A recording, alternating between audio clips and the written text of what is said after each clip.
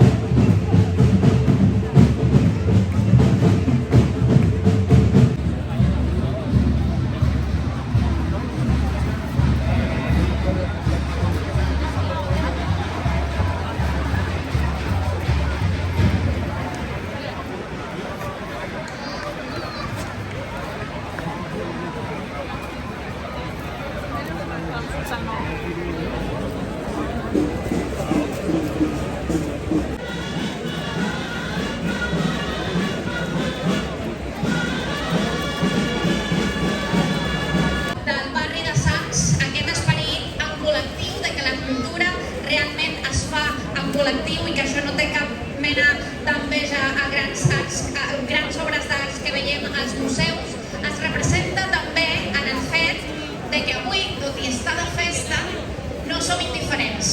Així que recordem també que són dues integrants i creadores compromeses amb altres actors. La cultura i l'acció col·lectiva poden anar de la mà.